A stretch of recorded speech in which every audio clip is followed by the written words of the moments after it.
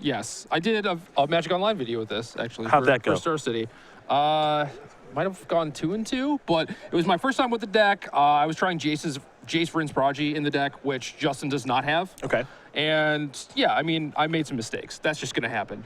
This deck's complicated, and it's kind of hard to go off with. It's also pretty fragile, too. You see Polluted Delta is where Maguire is going to start, so he's going to fall down to at least 19. We'll see if he goes lower than that, and he will search up his Steam Vents, so he's down to 17. We'll see what his first turn brings, but the goal is to Footsteps to the Goryo Protean Hawk, and then kind of explain the combo here. There's also Through the Breach, but yeah, so the Protean Hawk is going to die, and then you're going to search for a Body Double and a Viscera Seer. The Body Double is going to copy the Protean Hawk.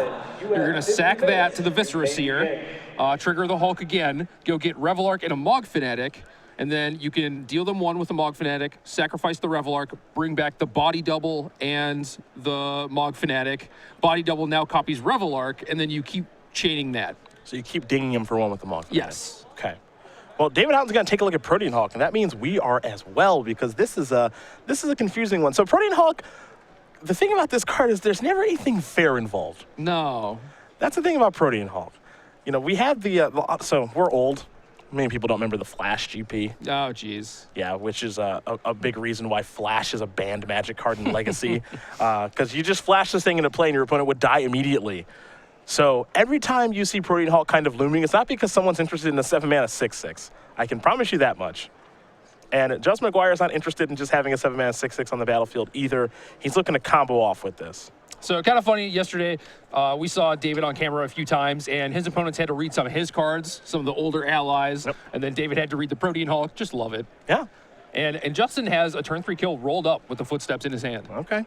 And I don't think there's a great way for David to be able to interact with this. Yeah, what are you going to do, play Grizzly Bear? Hey, don't you talk about Ornery Survivalists like that. There it is. Don't forget your trigger. Yes, counter. David has not forgotten a trigger. That's probably true. Ally Mastermind. Maguire's going to sacrifice Polluted Delta. He's going to search up a land here. I think he's going to get a Steam Vent, and he will. And the only thing he doesn't have here, it looks, is black mana. Perhaps he has that in his hand already to be able to cast Footsteps to the Goryo. Yeah, it looked like his hand was Footsteps in all land. So. Okay. Does have his Swamp, has a copy of Gemstone Mine. Well, he's got the turn 3 kill rolled up. Here is Footsteps of the Goryo. David's going to read that. And I think he's going to be reading some other cards here as well. So return target creature card from your graveyard to play. Sacrifice that creature to the end step. So he's going to sacrifice a Protean Hawk. And now there will be a trigger. Be ready to bring up all these cards. You see him searching for Body Double and Viscera Seer, as you explained. So now David's going to read these. Yep. So Body Double's the big one here because Body Double's going to copy Protean Hawk. As Body Double comes into play, you can choose a creature card in the graveyard. Choose Protean Hawk. If you do, it becomes a copy of that. So he gets to search again. He's going to search up Revelark. And the Mog Fanatic's already in the graveyard. Yep. So when you search up Revelark, you get that. It's a 4/3 that can return creatures with power 2 or less, 2 of them. So I'm going to get back a Mog Fanatic. I'm going to get back my Body Double. Now, Viscera Seer is on the battlefield the entire time this is happening. So now the Body Double comes back. It copies the Revelark, correct? Correct. Okay, so now you've got a Body Double that's a Revelark. So now you have a Revelark and a Mog Fanatic on the battlefield. Take my Mog Fanatic, throw it at you. You take 1. Then I'll sacrifice my Revelark. I'll sacrifice my Body Double that's a Revelark. Correct. Bring back my Body Double that's now in the graveyard as a 0/0. Correct. From the Revelark trigger. Correct. Get back my Body Double and my Mog Fanatic. I got my Viscera Seer on the battlefield. Rinse, repeat, you're dead. Yeah, you also get to scry a bunch, but whatever. Hey, we can't forget, don't forget your triggers. It's important. Justin Maguire on turn 3 is going to win here over David Houghton. Hulk Footsteps very quickly up a game over Allies. We're going to take a look at the sideboards here. We have seen David Houghton's sideboard quite a few times here this weekend, and it's been good in the matchups we've seen. You know, he's had some life gain against Burn, like Undo Clerics, that have been very powerful. And he's had the ability to work his way through a Jeskai deck without a removal when he played against David Thomas. And we take a look now at the 3 Path to Exiles, a 2 Kataki War's Wage, 2 Return of the Ranks, Zoning Silence Choke, Chameleon Colossus, 2 Spellskites, 2 Undo Clerics, and a Fire Mantle Mage. I'm not sure how good his sideboard is for this matchup. Well, Path to Exile does exile the Hulk. You do have that window between, you know, resolving Footsteps, bringing in the Hulk, and then them going to end step where you can actually use Path to Exile to remove the Hulk. Okay. So it's not like this Hulk combo deck is immune to removal or anything. You Sure. know, like, plus you can use that to potentially break up the combo while they're kind of going off. Okay, so this deck, if you have a Path to Exile, you can really mess them up with it. Potentially, yeah. I mean, it depends on the Hulk player. Like, there are 2 Viscera Seers in the deck. There is only 1 Mog Fanatic. So, yeah, I think your best shot is just going after the Hulk. Okay. Well, Path to Exile will certainly join things here in just a moment. On Justin Maguire's side, you'll find a Hurkyl's Recall, a Boseiju who shelters all through the breach, a Grave Titan Echoing Truth, a Swan Song, a Pithing Needle, 2 Lightning Axe, 2 Emrakul, the Aeon's Torn, and then 4 copies of Leyline of Sanctity. Yeah, so if you're expecting a lot of graveyard hate with this Hulk Footsteps deck, you can bring in the 3rd copy of Through the Breach and 2 Emrakul and just go that route. You just kind of ignore the Through the Breach, or the Footsteps of the Goryo package, and just try and get them that way. Grave Titan is also a very reasonable creature to Through the Breach. Make 4 zombies, hit them for 6. And then if he wants to bring in some stuff that is anti-graveyard hate, maybe he's fearing Rest in Peace, he can bring in something like Echoing Truth or Swan Song. All right, there are the options there for both players. Already getting ready to shuffle up and play game number 2. So we will talk very quickly about the Star City Games newsletter. It is your source for Magic the Gathering news. You can get the latest on the SCG Open Series. Watch the Open Series match of the week. Last week it was Tom Ross against Devin Kepke in the quarterfinals of Star City Games St. Louis. A fantastic match there. If you haven't seen it, you can receive exclusive deck lists and advice, catch up on all event results that do take place on the Open Series, and read an exclusive cardboard crack comic. Best of all, it is free to sign up for. You're going to be on the internet anyway, so you might as well head over to starcitygames.com/newsletter. Get signed up. Enjoy the newsletter once a week and find out some more Magic news as we get ready here for game number 2 between Maguire and Houghton. So let's talk about this Hulk Footsteps deck, because in Modern, we just saw a turn 3 kill. This is supposed to be a turn 4 kill format, and we just saw a very simple turn 3 kill. Now, why doesn't this deck see more play? Why doesn't this deck work? Is its fail rate really high?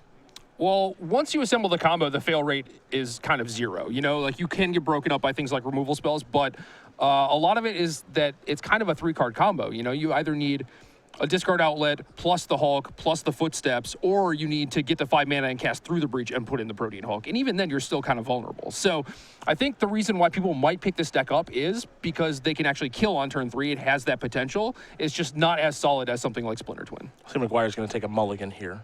Houghton will be keeping his opening hand and be on the play. He's looking for an aggressive start. We see a lot of combos here in Modern. People are always trying to break this format, and understandably so. We kind of saw this with the Griselbrand deck, Griselbrand as it is deemed. We've seen a lot of players try to break Goryo's Vengeance in a bevy of ways, and now you've got this Protean Hulk Footsteps of the Goryo deck, where all these cards are still kind of legal. Is this deck missing maybe a certain type of card in particular? I think Jace actually might help, but I kind of like how Justin's deck is configured too. Like, he has 4 Serum Visions, 4 Faithless Looting, 3 Sleight of Hand. He has a lot of early game deck manipulation. He also has 2 copies of Tygum's Scheming. Okay. So that can find you your Footsteps and potentially put the Protean Hulk in the graveyard. So I kind of like that. This deck also gets to play Pact of Negation, since it just does win on that turn. So that's an easy way to get rid of any sort of disruption that they have, the removal spell to break up your combo. We see a lot of wacky combo decks that kind of fail in Modern, but the times where they're good, like we saw last game, it's just like you kind of think to yourself, why isn't this deck seeing more play?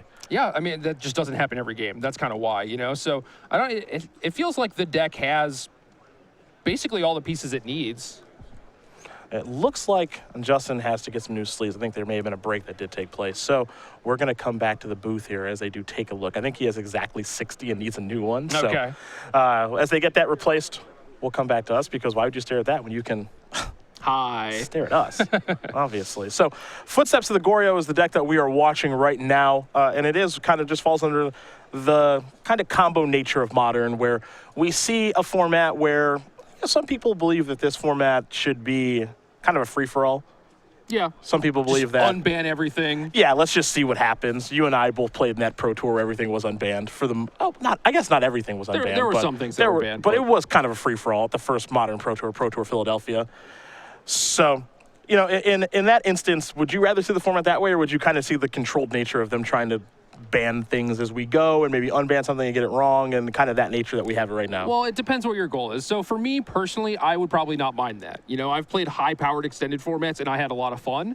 But if we're talking about what's best for Magic and what, all these people out here want to be playing it and what they're going to have the most fun with, I feel like you need to have the games be interactive, at least give them 4 turns, come on. Sure. Like, 4 is not even a lot, right? It's I guess in the grand scope of things, 4 turns is not very many in Magic. But say that happens all the time where you play your Oran Reese Survivalist. You're like, I got a reasonable draw for my allies deck, and then you just die. That can be frustrating. That's not a lot of fun. That kind of invalidates a lot of decks, potential decks that people could play in the format. And I think Modern is in a good place right now where people are playing things like Merfolk, they're playing allies, and those decks have a reasonable chance to succeed. And I think that's a good place to be. You know, like you want the Magic players out there to be able to pick up some sort of deck that they will enjoy playing and just have a good time and have it be competitive. Well, it's interesting because at that Pro Tour, I think you were playing like the Nether Reliquary Arena deck, if memory serves, or no? I was not in an arena deck, but well, yes. Okay, well, you know what I mean. I do. I had one arena in my sideboard. Okay. You were like a big Naya Zoo deck kind of? No, I was a Cloud Post Through the Breach Primeval Titan deck. Oh, you just had Knight in there too? Yeah, sure, why not? Okay, sure, and then you had an arena in your sideboard. I can't remember exactly what you played, Yeah. because you were considering a couple different things. And then I was a lunatic and I played Infect at the tournament. Okay, that's smart. Well, no, my deck was great. Yeah. I was very happy. Okay. And, but what's interesting about that tournament was like my first game of the tournament, I killed my opponent on turn 2. I remember you going around looking for a snapback. Is that correct? Yeah, okay. You guys probably know what that card does. It was really good that tournament. But I killed my opponent on turn 2. The first, literal first game of the tournament. I've been working on Infect a little bit. When you're playing a deck with Blazing Shoal and Reaper King, it's unsure if you're actually right about your decision coming in. Is my deck busted or am I crazy? Yeah, a little bit of both, which is fine. I've embraced that for my 29 years on this planet, and that's fine. But, is it better to have things that way, where you're killing people on turn 2? Or is it better to have it where, you can kind of do this allies thing, you can do this Merfolk thing, Affinity can kill pretty quickly, but it's basically a turn 4 deck, I think, most of the time. I don't know. I think it would be interesting to play in a Modern tournament where just, everybody just gets to let loose. For the most part. So the Seattle area has been having some Modern no-ban list tournaments. Okay.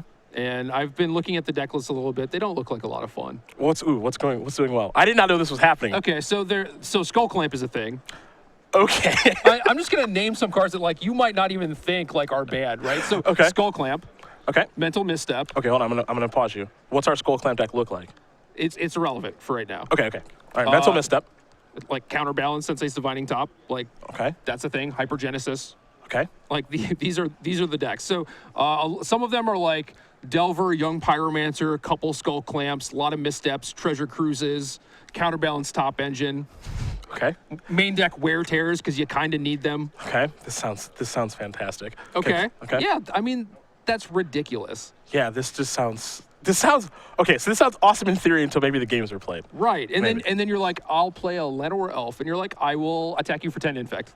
And you're just like, okay, that was a really good game. I'll scoop up my 2 permanents. I'll spend 3 minutes sideboarding and shuffling, and let's play another game. Okay, all right. Well, I better bring in those Wear Tears or whatever. That's fine. I don't see it. Maybe I should have more snapbacks in my deck. Who knows? I can counter your Blazing Shoal turn then. Maybe.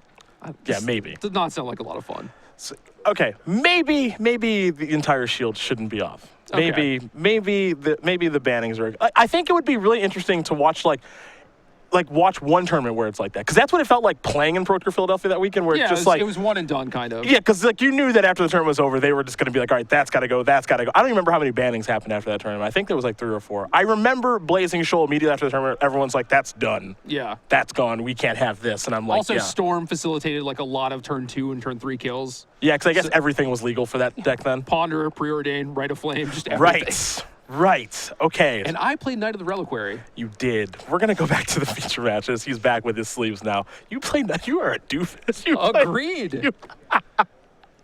I may have played the most bad decks in Pro Tours out of anyone. A Knight of the Reliquary. Well, I mean, the Cloud Post deck was actually very good. It was a very it was a very good deck. It was not a good deck for that tournament. Right. I mean, it's like you show up for a vintage tournament with this Cloud Post deck. It's in a vacuum. In maybe some formats, yeah, this deck would be great. But it was also the baseline for the format. It was all over Magic Online, and people knew that was the deck. So they're like, well, they can't beat my turn 2 kill Blazing Infect deck, or it can't beat my Rite of Flame Storm deck. That was the deck I tested the entire time for the Pro Tour, the Cloud Post deck. Yeah. Until 2 days before, where I was playing a Magic Online and someone infected me, and I was just... Give me your deck list. Yep. Nope. Not doing this anymore. Not doing this. Yeah, I didn't play on Magic Online. We didn't want to leak any of our secret tech, like Arena. No, we built like Arena in the board. we built that deck the night before. It was Solid string of bad ideas. Just another great Pro Tour story. I made day 2. Hey, the night before failed to cash. the night before the Pro Tour is when all the bad things happen. Yes. That's when all the ideas just run wild. At Aether Vial, off an ally encampment, is where David Houghton's going to start with his more fair deck here in Modern. A sleight of hand. He's going to put a Serum Visions to the bottom. There is a Through the Breach. We could actually have, we could have a turn 3 here again. This is another turn 3 kill, assuming nothing bad happens. And he's got a Pentad Prism for turn 2 and a Through the Breach for Protean Hulk on turn 3. Attack you for 6 and then deal you infinite damage. Nice. Infinite +6. Temple Garden here for Houghton. So this matchup and these type of matchups, I think, is where Allies is at a weakness. Yeah, I mean, to be fair, David, if he was expecting this matchup, could have different sideboard cards. That's true. You know, he is just anticipating an entirely different field. Justin is not playing like the same format as him. Hot a Free Blade off the ally encampment. It'll be a 1/2. Maguire has land number 2. It's a Swamp. Pentad Prism number 1. And it'll come with a couple of counters. Pass the turn back. Houghton is going to put in an Expedition Envoy. You'll see Hot a Free Blade grow a little bit into a 2/3. Vials up to 2. And for Houghton, you're hoping he has a Path to Exile in hand. He's got another Expedition Envoy. That's going to bring Hot a Free Blade up to 3. This will be attack for 5. And the unfortunate thing here for David is, like, this is actually a very good start. There's nothing to be ashamed of about this start. And he's going to die in just a second. Viscerous here to the draw. Good thing he plays 2 of those. Yeah. So is there much to be scared of here? I mean, Aether Vial on 2 and an ally encampment. I don't think there's anything that David can really have outside of a Dismember, which is not in his deck. I don't think there's anything to be afraid of in this instance. Here is Through the Breach. See Houghton. Reading a lot of these cards, might be a little bit newer to the game, hasn't seen these cards as much as maybe you and I have. Well, these cards are also just very fringe. That's very true. You don't see Pentad Prism in every deck. Protean Hulk is going to die now because that's what Through the Breach says, so he has to sacrifice at the end step, which is convenient because that's exactly what you want to do. So it's time to go through the deck again. Let's go get a Viscerous here and a Body Double. How about a Body Double copies of Protean Hulk? How about you sack it? Forget the Scry, who cares? Revelark. No, the Scries are all in the stack. Yeah, fair enough. Log Fanatic. Let's do this again. We're all done here. Justin Maguire is going to win this match over David Houghton. 2-0. Hulk Footsteps are going to take care of Allies. For Maguire, I feel like he's just got a very good pairing at a good time in the tournament. He's 9-2 now. And some very good draws. I mean, he killed on turn 3 both games. Yeah, I don't even know if he mulliganed either game either. I think he just found good hands. His deck did its thing. Those 2 turn 3 kills. And it's no Blazing Shoal Infect or any of the other nonsense that we saw at the beginning of this format a few years ago, but it's still a very powerful deck, and it certainly looked powerful there.